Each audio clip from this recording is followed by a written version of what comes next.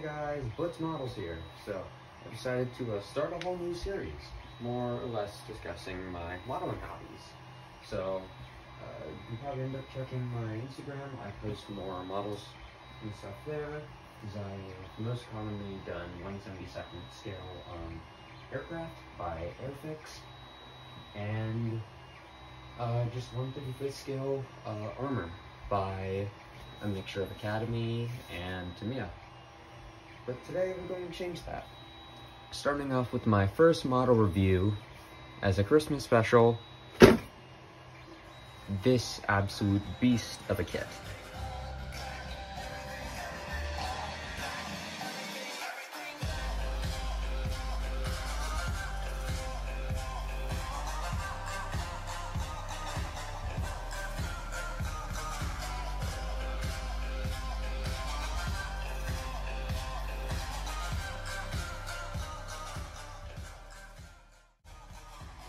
Alright, so taking off the lid of the kit, we have a very, very nice presentation on the box.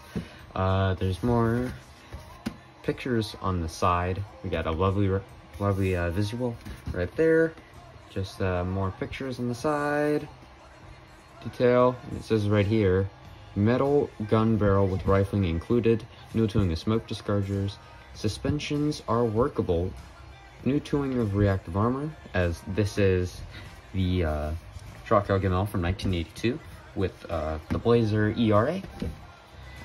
Over here we have the option of side skirt on or side skirt off, realistic and paintable rubber, outer rubber rims, which definitely will put to use. Also comes with the new tooling of the cupola, the anti-dust cover for the gun mantlet. Comes with multiple guns attached to the turret, including M1919s, M2s, and then I believe there's Galils, mortars, and an Uzi, believe it or not. And it also comes with photo etch by itself, as well as a metal barrel, which is absolutely fantastic. So in here, we got just a little bit of additional stuff for there. We can see we got some crew over here. Here's some extra models of the Centurion right here. These two I've actually looked at. The just the normal Sho't Kal from 1973. This is the 1982 version, so this is almost a decade later. There's the original, the Sho't Centurion. I believe that is the almost unmodified Mark V, directly purchased from Britain during the I want to say it was like the 1960s, mid-1960s. There's a these both are Mark Vs. This one is a dozer, but that's the RAC Aussie Centurion Mark V. And then here's just more information. You know, you got the M60A1, you got the M24, and then the M109 Paladin. But yeah, there's that.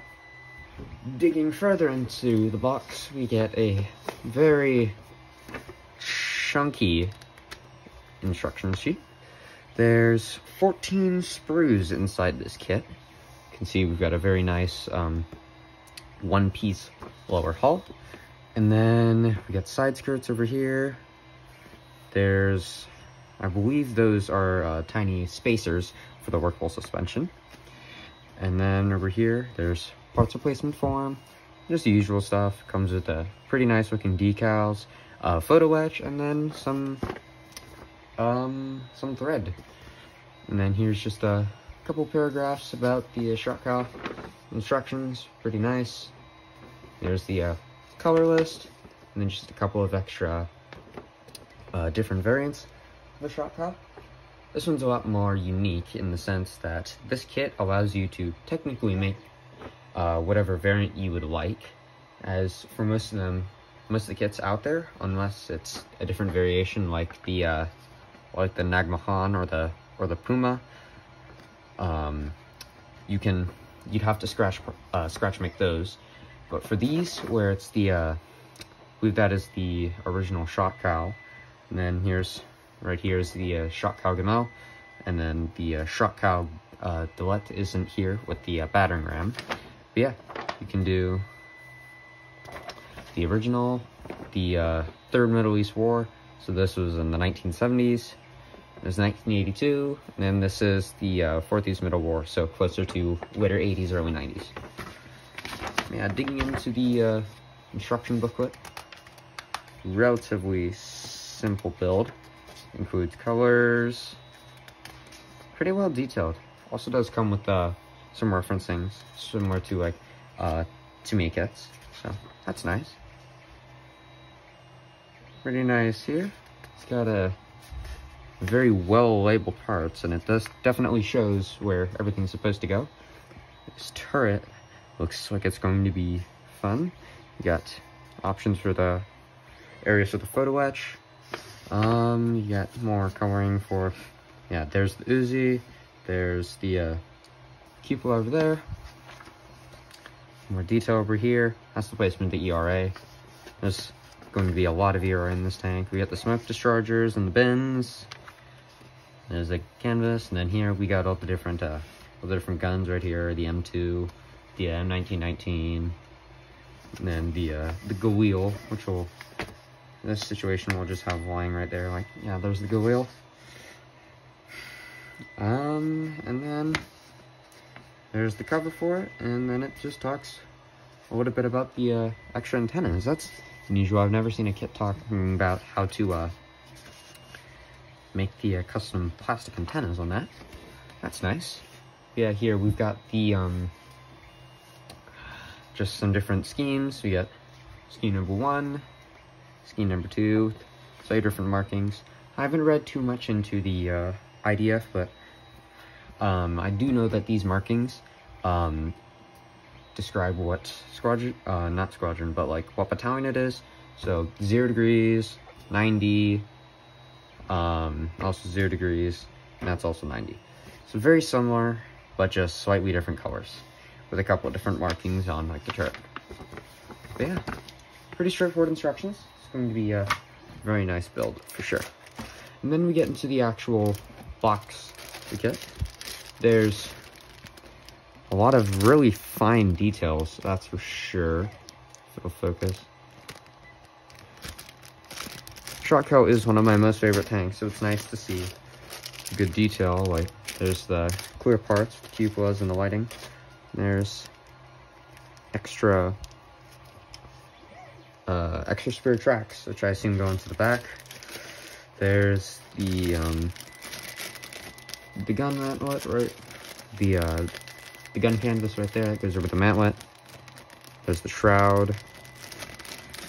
There's some of the ERA. It's got a really nice detail for sure. There's you can see the little mounting bolts on top. And then one of the more unique parts about this kit is that it does feature working suspension for the 6 bogies with 3 on each side. So we've got suspension arms right there, and then the body of the bogies. We get the wheels, the sprockets. There's some return rollers. This is going to be the fun part. Just using Super Glue, you'll probably be able to conform the suspension to whatever terrain you want to in, say, a diorama. Right here we've got actual rubber tires for the road wheels. It's something I really have not seen a couple of kits do. It's usually paint it. You have to paint them in that way. There's the side skirts. Pretty self-explanatory. There we got looks like a little bit of grab handles, more detail. There's the there we got some of the machine guns. We got the wheels right here, the Uzi. These look like the sponsons that go on the side. There's the drive and return sprockets over here. It's pretty nice. Some more ERA that would go on to the hull and the turret. Just some miscellaneous tools right here. Yeah, there's the M2. More miscellaneous stuff. We got some jerry cans and stuff over there. This looks like the parts to make the upper hull. You see we got the front plate. We got the turret ring right here. And I'd assume you'd have to sand that down because that piece would go right on top of there for the ERA. And then looks like covers for the fuel tanks, maybe some fenders. Then we'll get this out of the way. The kit does come standard with a really nice metal barrel, so that is to be expected, along with some nice photo etch. But the kit itself is, at least where I found mine, it was $65 USD, so it might be roughly, I don't know, 60, actually probably closer to 50, 58, 59 pounds if you live in the UK. Yeah, it's got rubber tracks. These I might end up replacing, getting some full model metal tracks, since I do have a vise for that now. We got a very detailed rubber hull. Here we got the place for the drive sprockets. I'd assume that's mounting for the sponsons. Pretty empty inside, lower plate. Then we got, there's the tracks over there, springs for the suspension, and these are the parts for the turret. It is a 4-piece turret. You got the top of the turret, the 2 sides with a little bit of flash. Nothing, a little bit of sandpaper can help. Then we got the bottom where the turret ring is. And there you go. Self-explanatory. Moving down to the bottom part of the kit. You can see right here we got more spaces for the road wheels to move. A lot of these features very similar features to, say, like Tamiya or what's the other brand? I forgot what the other brand is, but not many different models feature those rubber spaces for the road wheels. And over here we can see we got the thread right there, trying to avoid that glare. Yeah, then we got nice photo etch, just some wire for the different spacing over there. There we got, looks like more ERA back plates for the bottom of the hull. And there we got decals for the protective covering and the metal barrel. So yeah, relatively simple. I'm very excited to do this kit. Sure, would I say that it's worth the price? Arguably, because the detailed parts for this can go relatively up. I mean, I've seen barrels of this as cheap as $10 and expensive as $25. Decals, you can never really be too sure, especially with shipping. And then of course it comes with a lot of the extras. You know, you get the option of putting multiple different variants of kit together, so that's always helpful. But yeah, would I say it's worth the money? Yes, I would, actually. I'm going to plan on building this kit as soon as I possibly can. Meaning, you know, for the next 2-3 hours. Yeah, I've got family over for Christmas at the time of recording, so it'll definitely be a bit till I finish the kit. But yeah, anyways, yeah, that was my unboxing and first impressions of the kit. If you liked, please like, subscribe, comment if you want me to look at any more kits, because I can. I mean, I obviously won't be able to get to everyone, but I can review a couple of kits. There's, you know, I've got some. This one I just got earlier for a Christmas gift, and I also am doing, you know, like airplane reviews and stuff. Just finished a Academy 172nd A10 for my dad, which is why it's on display, and the 3D printer is running right now. So, yeah, if you want to see anything, just type down in the comments.